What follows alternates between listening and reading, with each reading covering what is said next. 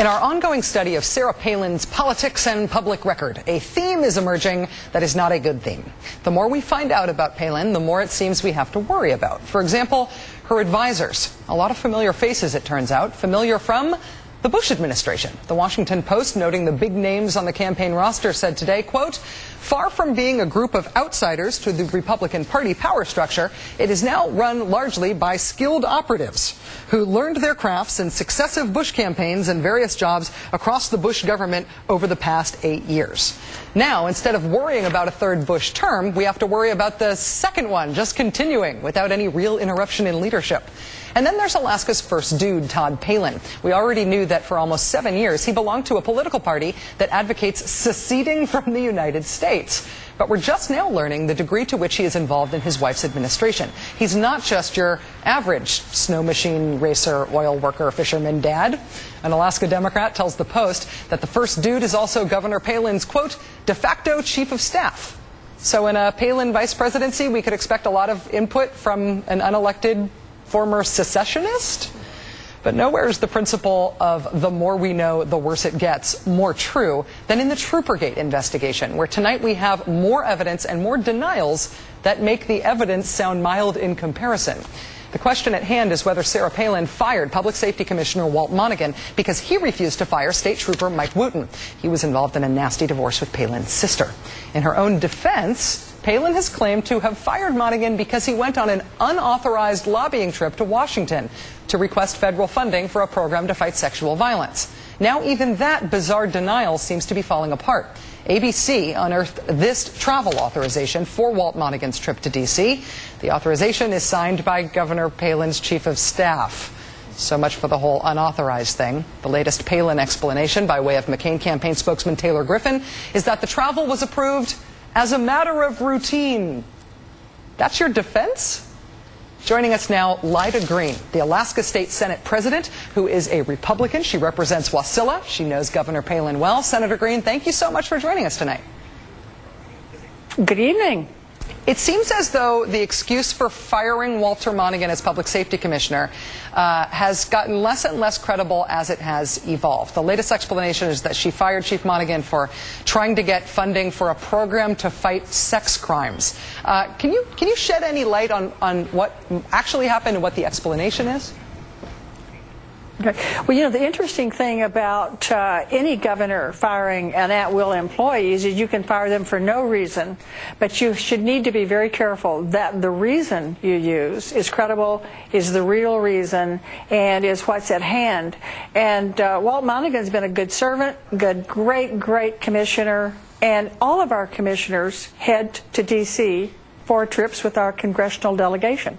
The worry here is that, and this is a cliche, but the worry is that the cover-up is worse than the crime. She could have said that she fired him for any reason. The reports of why she fired him do not seem to be credible, particularly this unauthorized trip allegation. There have been generic allegations that Governor Palin is secretive and that she values loyalty from people around her to a degree that may be detrimental to her ability to govern. Can you shed any light on that? Well, it was my observation that she is very resolute in where she's headed, and differences and any show of disagreement on policy dissolves into, for her, a disagreement on personality, and it becomes personal very quickly. And that's been my observation, and the thing that's really bothered me most of all. You're a very powerful Republican in Alaska state politics. You are the president of the Alaska State Senate. You represent Wasilla, which is Sarah Palin's hometown. What have been your areas of policy disagreement with Sarah Palin? Are there big issues on which you two disagree that might explain why you've had a relationship of the type that you've had? Or is it a personal dispute? What's happened between the two of you? No. Well, following 12.5 years of a very amicable relationship, we were associates and allies in the political world, and as her campaign was taking off in the primary, I chose to stay neutral. And I did not get into the primary because I was working with a seated Republican governor. And I think, in retrospect, I've been told by some of her supporters that that was a mistake on my part. On policy issues, I found that the continuing campaign rhetoric that was carried into the administration having to do with people being ethically challenged and the corruption issues were vastly overstated. And then when she went into the two things that I think are probably the hallmark of hers one was the Alaska Gasline Inducement Act, which essentially awarded a $500 million assistance to the TransCanada to build a pipeline. However, nothing in the contract says the pipeline will be built. And the other was the very, very gross increase in taxes on the industry that supports Alaska by about 85%. Senator Green, one other question about something that may be hard to get a grasp on from outside Alaska, but you probably know well, and that's the issue of Todd Palin.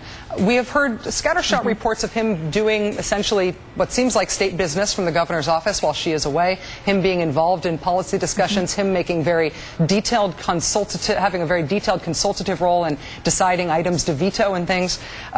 What's your experience with Todd Palin? And if Governor Palin is elected vice president, should we expect him to be a very powerful unelected member of the government? Yeah, I was very surprised to see Todd in the governor's office one time when I approached the office to have a meeting with the governor. Once I walked in, I assumed he would leave. He did not leave. He did not enter the conversation, but he was across the room, and I felt it was different from any meeting I'd ever been in. I've had other legislators tell me that they had the same experience, and I do think that the governor listens to her husband, Todd, and they probably discuss to a greater extent than some of us might the goings-on in her office.